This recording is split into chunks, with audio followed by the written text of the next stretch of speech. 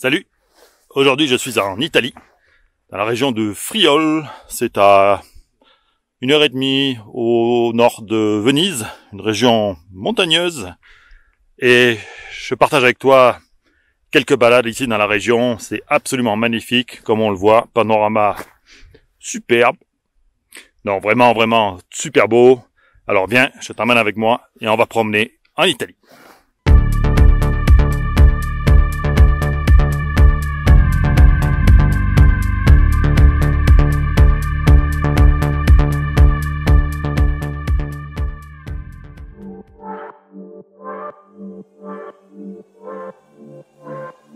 On parle souvent du Parpaillon et de tous les chemins que les Alpes proposent entre la France et l'Italie, mais on parle moins de la région du Frioul. Pourtant, elle propose des paysages à couper le souffle et des chemins interminables au sommet des montagnes.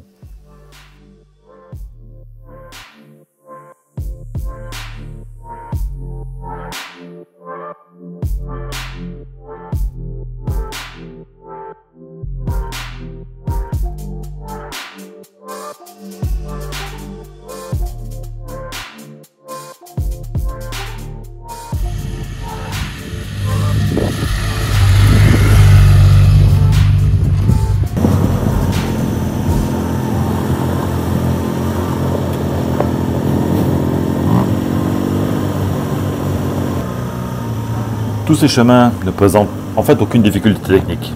Bon, il est tout de même recommandé d'avoir des pneus qui permettent de s'aventurer un peu en tout terrain. Personnellement, moi je roule en Mitas 07+, un pneu que je connais bien, 50% route, 50% tout terrain, et il fait bien le travail. Mais ne faites pas l'erreur de débutant, dégonflez vos pneus avant d'attaquer les chemins, ça vous évitera des crevaisons sur les cailloux qui sont parfois quand même très coupantes.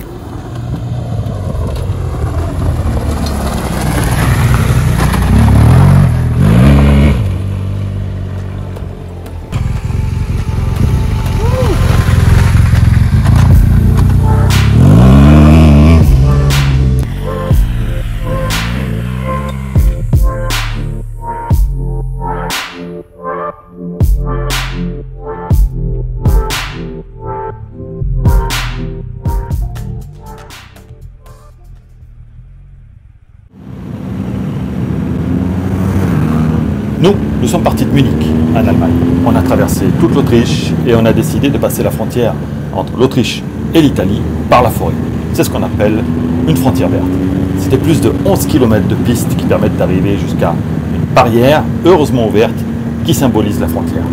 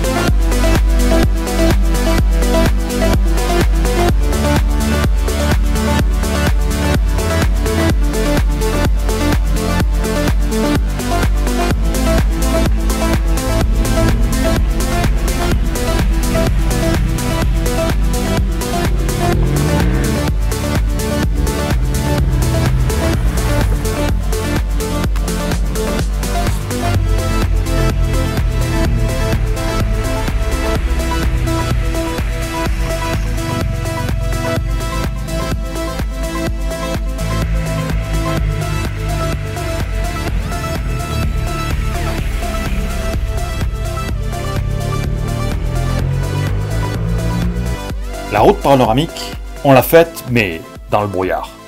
C'est pas grave. D'abord parce que on l'a refaite le lendemain matin avec un temps magnifique, et ensuite, car cela nous a permis de faire des photos plutôt cool.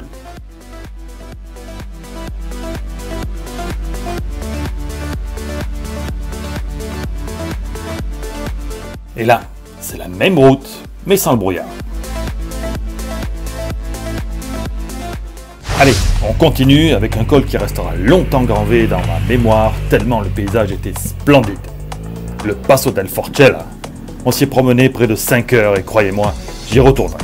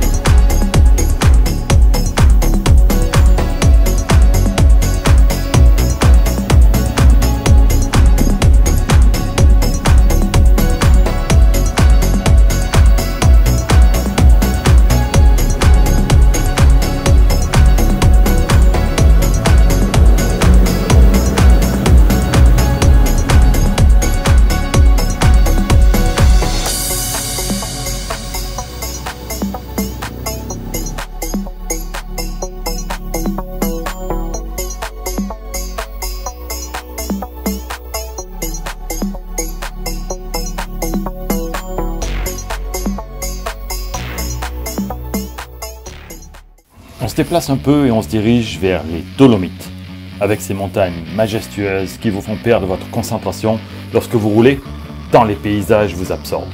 Notre but, monter au Forte di Colvidale.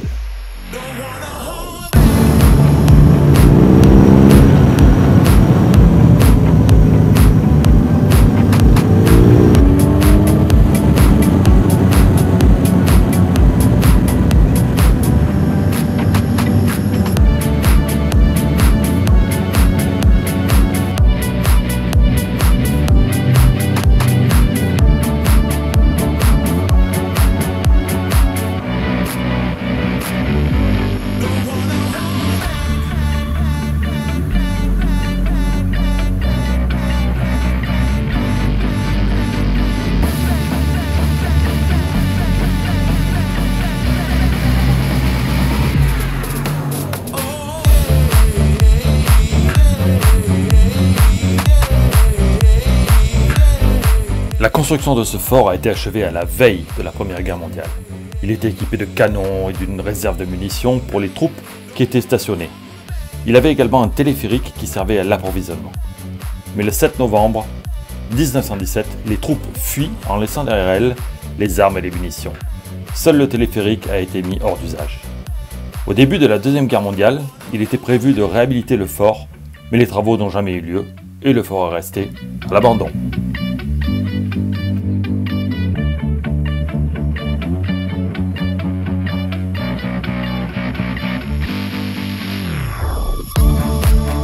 On quitte le fort à la nuit tombée. La fin du parcours se fera face à un ciel en feu derrière des montagnes majestueuses. J'ai vraiment regretté de ne pas avoir ma tante avec moi pour rester sur place et profiter pleinement de ce spectacle.